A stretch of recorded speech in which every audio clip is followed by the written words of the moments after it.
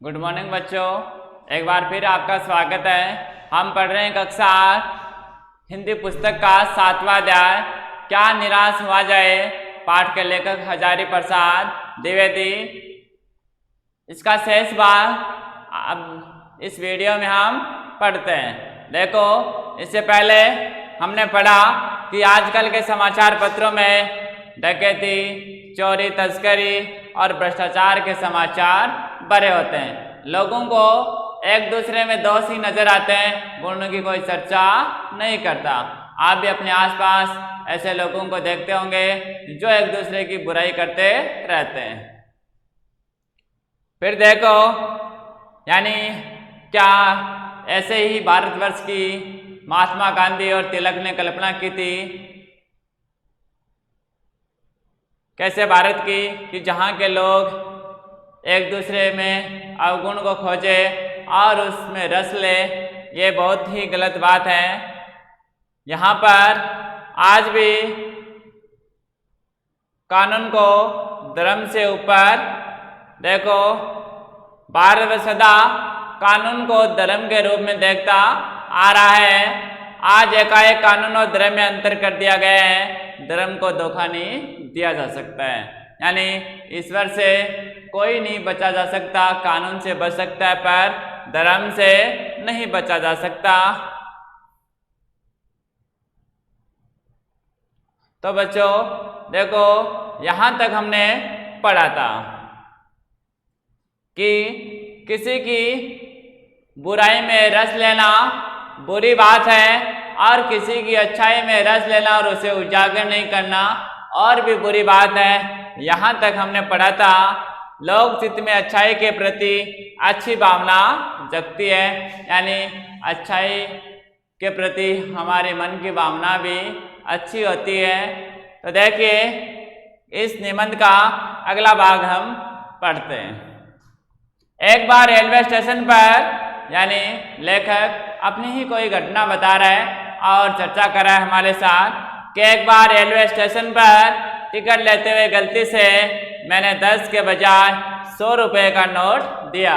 यानी लेखक ने 10 के बजाय टिकट बाबू को 100 रुपये का नोट दिया और मैं जल्दी जल्दी गाड़ी में आकर बैठ गया और लेखक जल्दी जल्दी आकर गाड़ी में बैठ गया।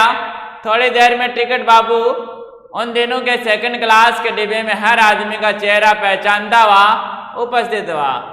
यानी सेकंड क्लास के डिब्बे में वो बैठा था, कौन? लेखक। टिकट बाबू सभी का चेहरा देखता हुआ उस डिब्बे में उपस्थित हुआ। उसने मुझे पहचान लिया और बड़ी विनम्रता के साथ मेरे हाथ में 90 रुपये रख दिए और बोला, ये बहुत गलती हो गई थी। यानी लेखक को भी पता नहीं चला, वो भी जल्दी में था। उसने अपने जेब में से 10 के बजाय 100 का नोट निकाला और टिकट बाबू को दे दिया। टिकट बाबू ने भी ध्यान नहीं दिया और उसने वो 100 रुपये उनसे ले लिए।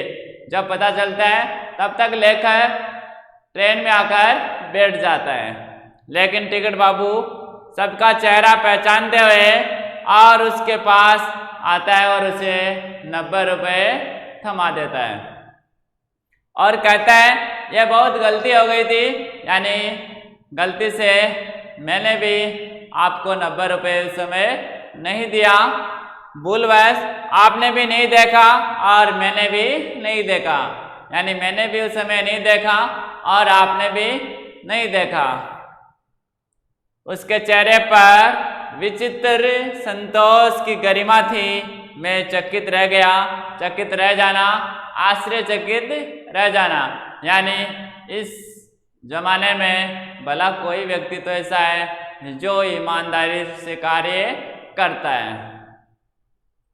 कैसे कह दूं कि दुनिया से सच्चाई और ईमानदारी लुप्त हो गई है। आप देख सकते हैं तस्वीर में, ये देखो,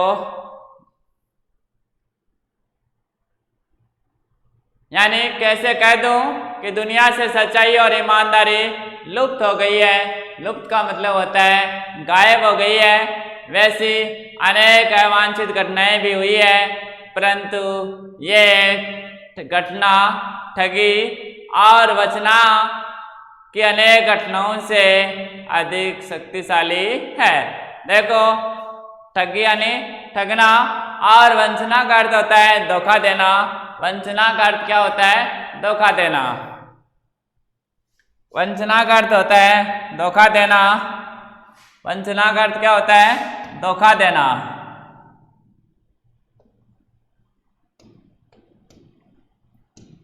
धोखा देना।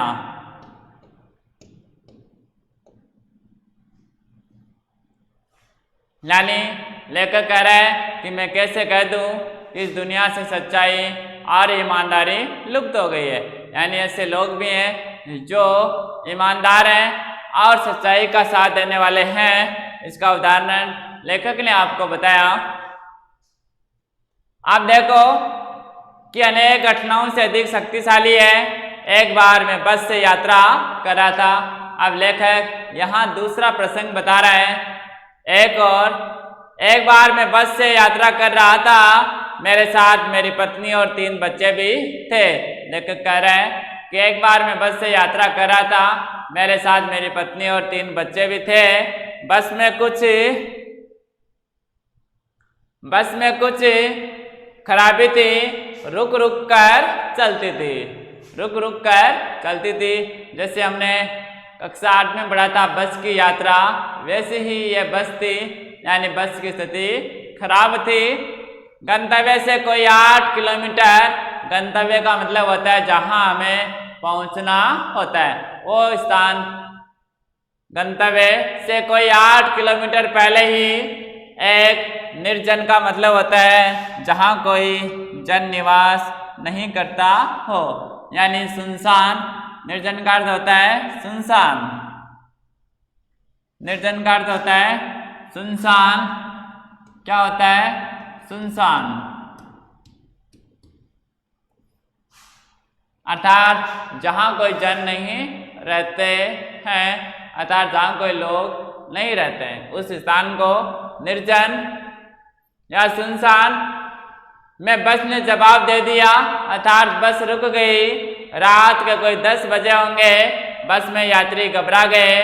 कंडक्टर उतर गया और एक साइकिल लेकर चलता बना। लोगों को संदेह यानी शंका, लोगों को संदेह का अर्थ होता है शंका। लोगों को शंका हो गई कि हमें धोखा दिया जा रहा है। यानी रात के 10 बज चुके थे और बस खराब हो गई ऐसी जगह जहां कोई नहीं रहता हो, अर्थात सुनसान जगह। कंडक्टर साइकिल लेकर चलता बना, अर्थात चल दिया। लोगों को संदेह हुआ कि हमें धोखा दिया जा रहा है। देख सकते हैं आप चित्र में, इस तस्वीर में ये यात्री हैं, ये बस है और ये कंडक्टर साइकिल लेकर चलता बना। बस में बैठे लोगों ने तरह तरह की बातें शुरू कर दी। किसी ने कहा यहाँ डकैती होती है, यानी चोरी होती है। 2 दिन पहले इसी तरह एक बस को लूटा गया था, यानी 2 दिन पहले इसी तरह एक बस को लूटा गया था कि वो बस भी खराब हो जाती है। कंडक्टर वहां से गायब हो जाता है और बस को लूट लिया जाता है। परिवार सहित अकेला मैं ही था। बच्चे पानी पानी चिल्ला रहे थे। पानी का कहीं ठिकाना न था। ऊपर से आदमियों का डर समा गया था। यानी परिवार के साथ केवल लेखक ही था, बाकी सभी एक ही व्यक्ति ही थे। यानी बाकी लोगों के साथ उनका परिवार नहीं था। कुछ नौजवानों ने ड्राइवर को पकड़कर मारने पीटने का हिसाब बनाया। यानी कुछ नौजवान जो लोग थे उन्होंने ड्राइवर को पकड़कर उसको पीटने का प्लान बनाया। ड्राइवर के चेहरे पर हवाइयाँ उड़ने लगी। हवाइयाँ उड़ना यानी भयभीत होना, डर लगना। लोगों ने उसे पकड़ लिया। वह बड़े कातर ढंग से, कातर का अर्थ होता है भयभीत, कातर का अर्थ होता है भयभीत, कातर का अर्थ होता है भयभीत।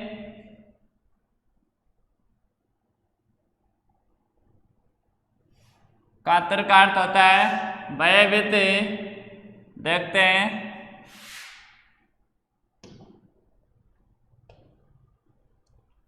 कातर ढंग से यानी भयभीत क्या होगा, यानी वह बड़े भयभीत ढंग से मेरी ओर देखने लगा। कौन? ड्राइवर। हम लोग बस का कोई उपाय कर रहे हैं, बचाइए। इन ड्राइवर क्या कहते हैं कि हम लोग बस का कोई उपाय कर रहे हैं इसे ठीक करने का, मेरे को बचाइए, ये लोग मारेंगे। यानी जो बस में जो नौजवान लोग बैठे थे वो ड्राइवर को मारना चाहते थे, क्योंकि उन्हें शंका हो गई थी, संदेह हो गया था कि इस बस में अब डकैती होने वाली है, चोरी होने वाली है, और ये बस और कंडक्टर उन चोरों से मिले हुए हैं। लोग तरह तरह की बातें करते हैं, क्योंकि रात का समय था। लेखक भी अपने परिवार के साथ उसी बस में यात्रा कर रहा था। देखिए आगे, डर तो मेरे मन में था, लेखक के मन में भी डर था, पर उसकी कातर मुद्रा, कातर का मतलब होता है भयभीत मुद्रा, भयभीत चेहरा देखकर मैंने यात्रियों को समझाया कि मारना ठीक नहीं है। यानी उसकी भयभीत मुद्रा को देखकर, उसके भयभीत चेहरे को देखकर मैंने यात्रियों को समझाया। यानी किसने? लेखक ने। क्या समझाया? कि मारना ठीक नहीं है। परंतु यात्री इतने घबरा गए कि मेरी बात सुनने को तैयार ही नहीं हुए। लेकिन यात्री भी इतने घबराए हुए थे कि वो लेखक की बात को नहीं सुन पाए, अर्थात सुनने को तैयार नहीं हुए। कहने लगे इसकी बातों में मत आइए, धोखा दे रहा है। और वे यात्री क्या कर रहे थे कि इस बस ड्राइवर की बातों में मत आइए, ये धोखा दे रहा है, यहाँ पर डकैती हो सकती है। 2 दिन पहले इसी तरह बस में डकैती हुई थी। कंडक्टर को पहले ही डाकुओं के यहाँ भेज दिया है। यानी लोग क्या करें कि ड्राइवर ने कंडक्टर को पहले ही डाकुओं को बुलाने के लिए भेज दिया है। ये आप देख सकते हैं तस्वीर में, नौजवान जो यात्री थे वो ड्राइवर को पकड़कर मारने का प्रयास कर रहे हैं। और ये आप देख सकते हैं लेखक जो इसको बचाने के लिए कोशिश कर रहा है, यात्रियों को कह रहा है। मैं भी बहुत भयभीत था। कौन? लेखक। लेखक को भी डर था, क्योंकि उनके साथ भी उनका परिवार यात्रा कर रहा था। पर ड्राइवर को किसी तरह मारपीट से बचाया। लेकिन कैसे भी करके लेखक ने उस ड्राइवर को मारपीट से बचाया। 1.5-2 घंटे बीत गए। मेरे बच्चे भोजन और पानी के लिए व्याकुल थे। व्याकुल का अर्थ होता है परेशान। बच्चों, व्याकुल का अर्थ होता है परेशान। व्याकुल का अर्थ होता है परेशान। व्याकुल का अर्थ होता है परेशान।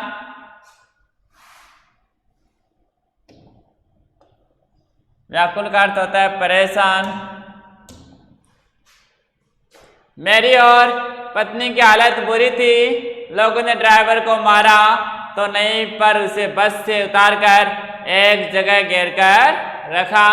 यानी लेखक की बात को मानते हुए लोगों ने, यात्रियों ने ड्राइवर को मारा तो नहीं, लेकिन बस से उतारकर उसे एक जगह घेर कर खड़े हो गए।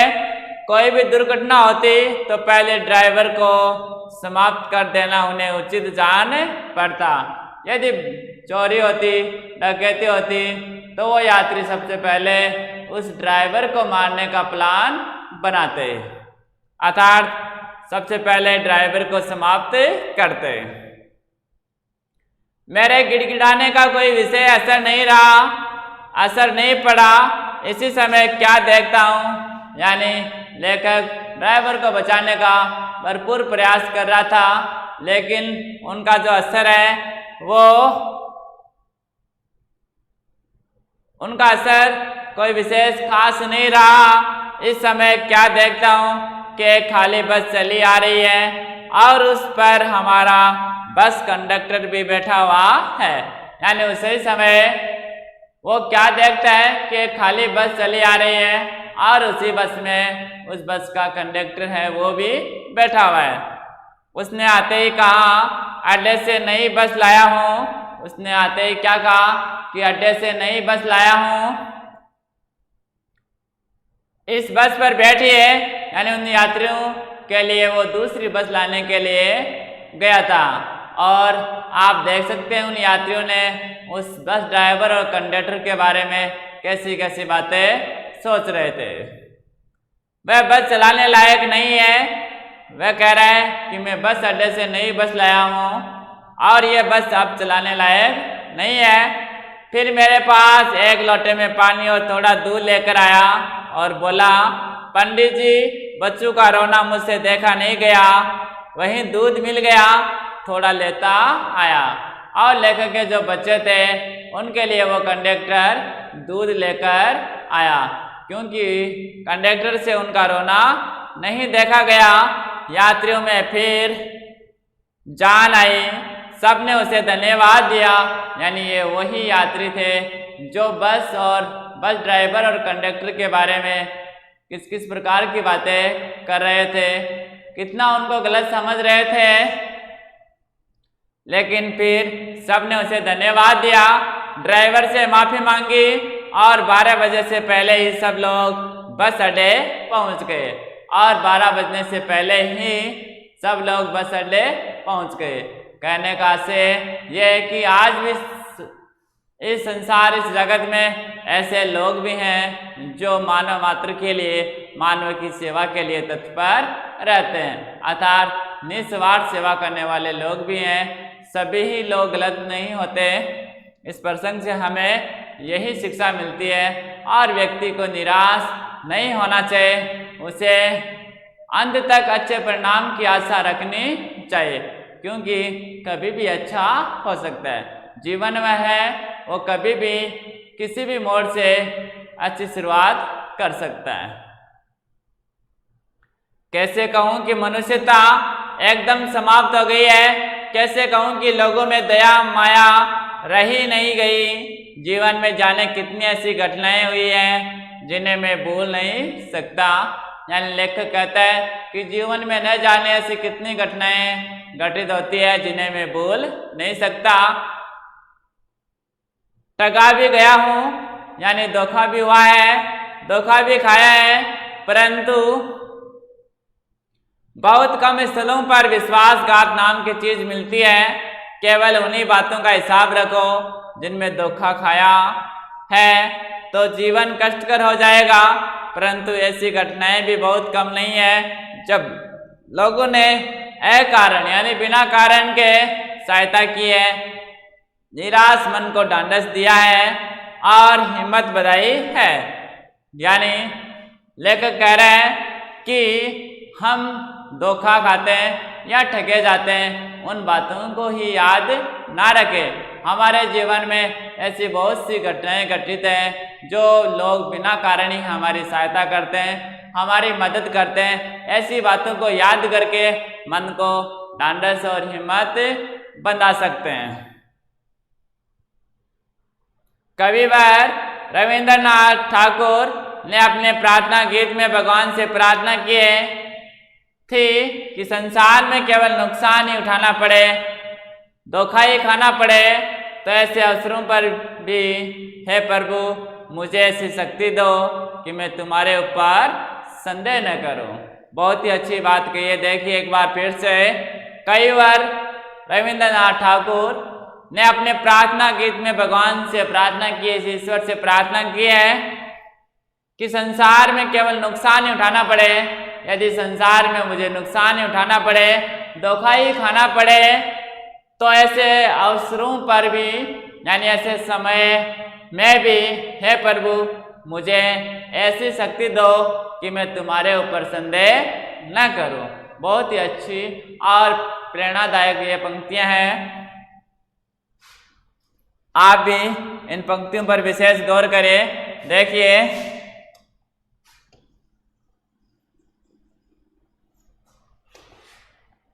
यानी कविवर रविंद्रनाथ ठाकुर ने अपने प्रार्थना गीत में भगवान से प्रार्थना की थी कि संसार में केवल नुकसान ही उठाना पड़े, धोखा ही खाना पड़े। तो ऐसे अवसरों पर यानी समय में भी हे प्रभु मुझे ऐसी शक्ति दो कि मैं तुम्हारे ऊपर संदेह न करूं। बहुत ही महत्वपूर्ण ये पंक्तियां हम भी ऐसे अपने जीवन में उतार सकते हैं, चरितार्थ कर सकते हैं कि हे ईश्वर, यदि मुझे असफलता ही मिले, धोखा ही मिले, तो भी मैं आप पर विश्वास बनाए रखूं। इतनी शक्ति हे ईश्वर मुझे अवश्य दे। मनुष्य की बनाई विधियां गलत नतीजे तक पहुंच रही है तो इन्हें बदलना होगा। वस्तुतः यानी सामान्यतः आए दिन इन्हें बदलना ही जा रहा है, लेकिन अब भी आशा की ज्योति बुझी नहीं है। महान भारतवर्ष को पाने की संभावना बनी हुई है, बनी रहेगी। मेरे मन निराश होने की जरूरत नहीं है।